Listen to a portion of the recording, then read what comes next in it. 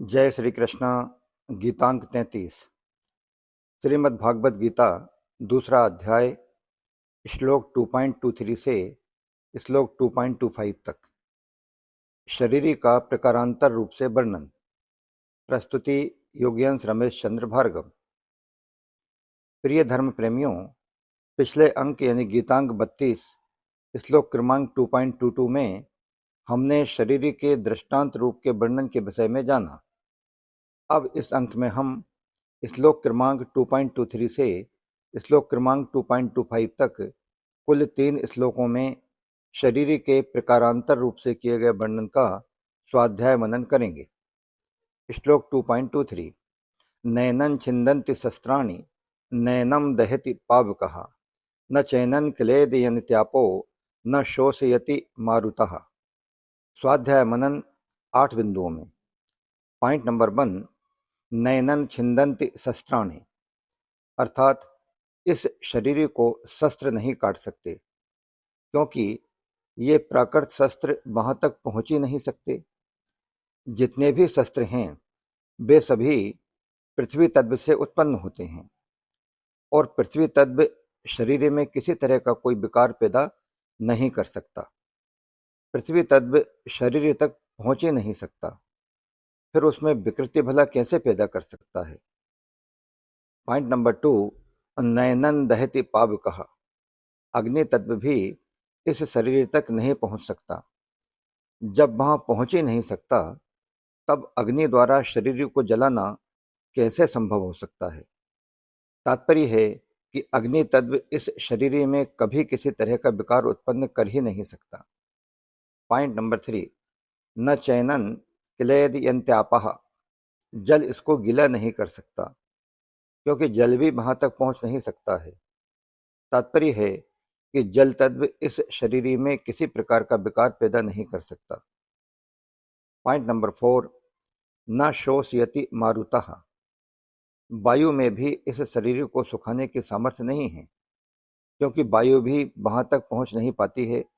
इस प्रकार वायु तत्व भी इस शरीर में किसी तरह की विकृति पैदा नहीं कर सकता। पॉइंट नंबर 5, पृथ्वी, जल, तेज, वायु और आकाश, ये 5 महाभूत हैं।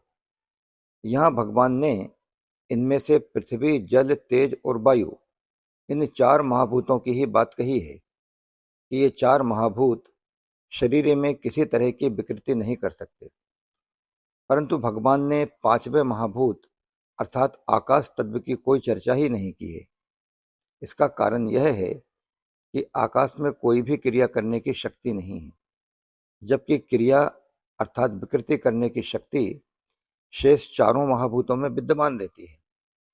आकाश तत्व शेष 4 महाभूतों को अवकाश मात्र देता है।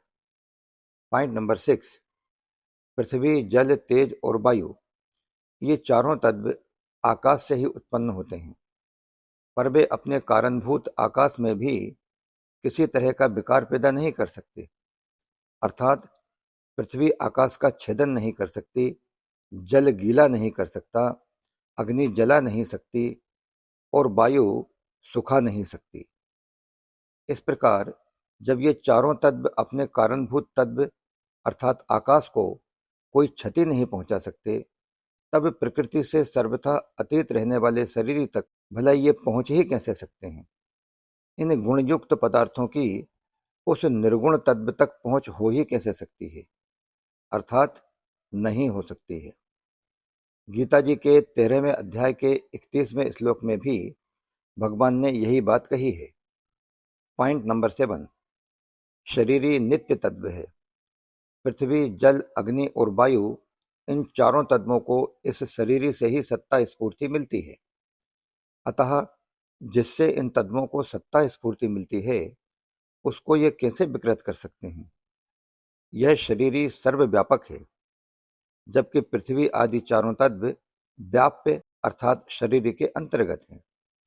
अतः व्याप्य वस्तु व्यापक को भला कैसे नुकसान पहुंचा सकती है। कदापि नहीं, ऐसा कभी संभव ही नहीं है।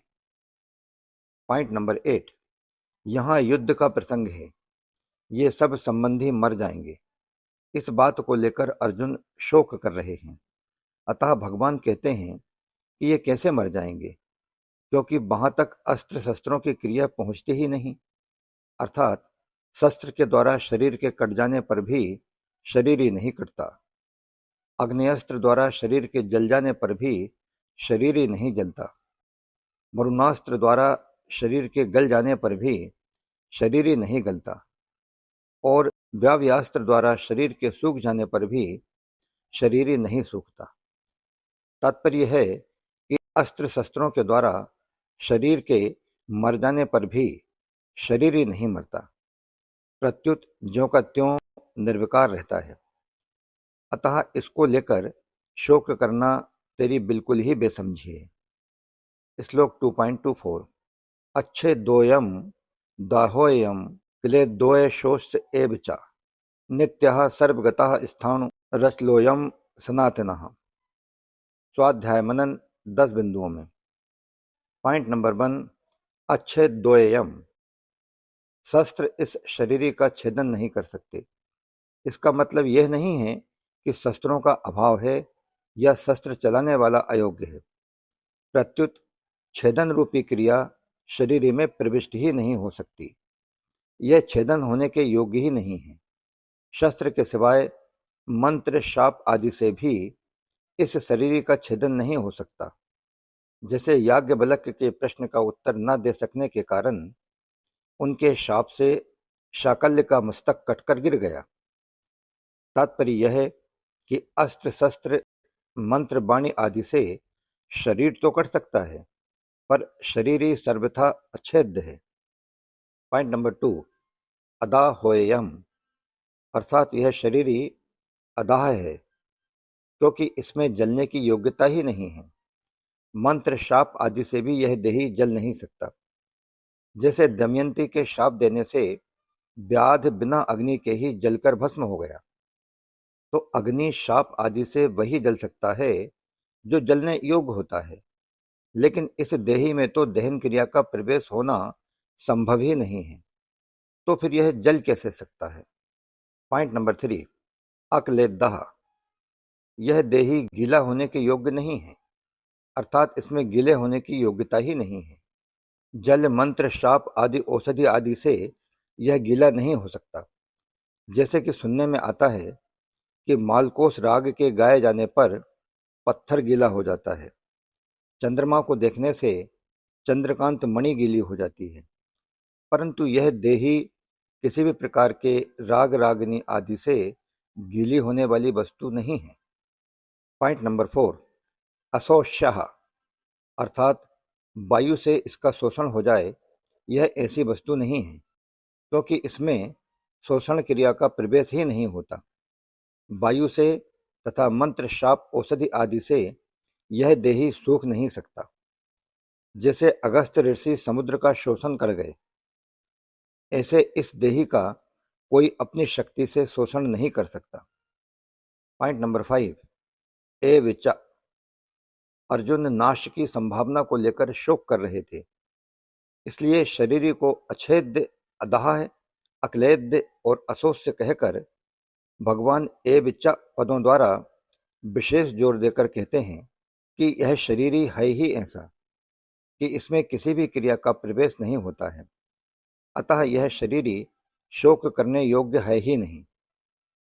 पॉइंट नंबर 6, नित्यः, इस पद द्वारा भगवान अर्जुन को कह रहे हैं कि यह देही नित्य निरंतर रहने वाला है। यह किसी काल में नहीं था और किसी काल में नहीं रहेगा, ऐसी बात नहीं है। यह हर काल में नित्य निरंतर ज्यों का त्यों रहने वाला है। पॉइंट नंबर 7, सर्वगतः, भगवान कहते हैं यह देही हरेक काल में हरेक व्यक्ति, वस्तु, शरीर आदि में एक रूप से विराजमान है। पॉइंट नंबर 8, अचलः, भगवान कहते हैं यह देही स्थिर स्वभाव वाला है, अर्थात इसमें कभी यहाँ तो कभी वहाँ इस प्रकार आने जाने की क्रिया नहीं होती है।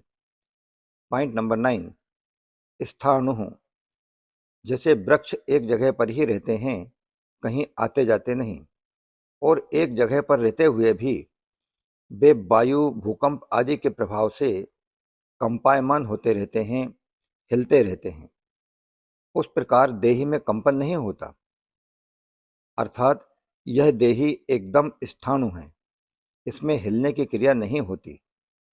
पॉइंट नंबर 10, सनातनः।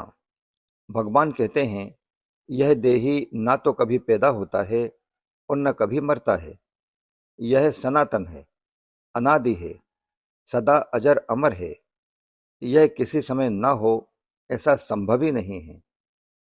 इस प्रकार नित्यः, सर्वगतः, अचलः, स्थाणुः और सनातनः उपर्युक्त पांचों विशेषणों से भगवान का तात्पर्य है कि शरीर संसार के साथ तादात्म्य होने पर भी और शरीर शरीरी एक दूसरे से अलग हैं ऐसा अनुभव न होने पर भी यह शरीरी सदैव नित्य निरंतर एक रस और एक रूप रहता है। श्लोक 2.25 अव्यक्तोऽयं चिन्तोऽयं विकार्योऽयं मुच्यते तस्मादेवं विदिद्वैनं नानुशोचितुमर्हसि। स्वाध्याय मनन 5 बिंदुओं में। Point number 1, अव्यक्तोऽयं। जैसे शरीर संसार स्थूल रूप से देखने में आता है, वैसे यह शरीरी स्थूल रूप से देखने में आने वाला नहीं है, क्योंकि यह स्थूल दृष्टि से रहित है। Point number 2, अचिंत्योऽयं। मन बुद्धि आदि देखने में तो नहीं आते, पर चिंतन में आते हैं, अर्थात ये सभी चिंतन के विषय हैं, परंतु यह देही चिंतन का भी विषय नहीं है, क्योंकि यह सूक्ष्म सृष्टि से रहित है। पॉइंट नंबर 3, अविकार्योऽयं मुच्यते। यह देही विकार रहित है, अर्थात इसमें कभी किंचित मात्र भी परिवर्तन नहीं होता। कारणभूत प्रकृति में भी विकृति होती है, परंतु इस देही में किसी प्रकार की विकृति नहीं होती, क्योंकि यह कारण सृष्टि से रहित है। पॉइंट नंबर 4, यहाँ 24वें और 25वें श्लोकों में इस देही का अच्छेद, अदाह्य, अक्लेद, अशोष्य, अचल, अव्यक्त, अचिंत्य और अविकार्य इन 8 विशेषणों के द्वारा निषेध मुख से वर्णन किया गया है। वह नित्य, सर्वगत, स्थाणु और सनातन इन 4 विशेषणों के द्वारा विधि मुख से वर्णन किया गया है, परंतु वास्तव में देही का वर्णन हो ही नहीं सकता, क्योंकि यह वाणी का विषय भी नहीं है। जिस देही से वाणी आदि खुद प्रकाशित होते हैं, उस देही को वे सब प्रकाशित कैसे कर सकते हैं? सही मायनों में इस देही को अवर्णनीय अनुभव करना ही इसका वर्णन है। तस्मादेवं विदित्वैनं नानुशोचितुमर्हसि। यानी इस देही को अच्छेद, अशोष्य, नित्य, सनातन और अविकार्य जान लें, यानी ऐसा अनुभव कर लें, तो फिर शोक हो ही नहीं सकता। Last one, point number 5। इस प्रकार 2.23 से लेकर 2.25 तक इन 3 श्लोकों वाले गीतांक 33 को हम यहीं विराम देते हैं। अगर शरीरी को एक बार के लिए निर्विकार न मानकर विकारी मान भी लिया जाए, जो कि सिद्धांततः विरुद्ध है, तो भी शोक नहीं हो सकता। अगले अंक यानी गीतांक 34 में 3 श्लोकों के अंतर्गत हम इसी बात का स्वाध्याय मनन करेंगे। जय श्री कृष्णा। योगेंद्र रमेश चंद्र भार्गव।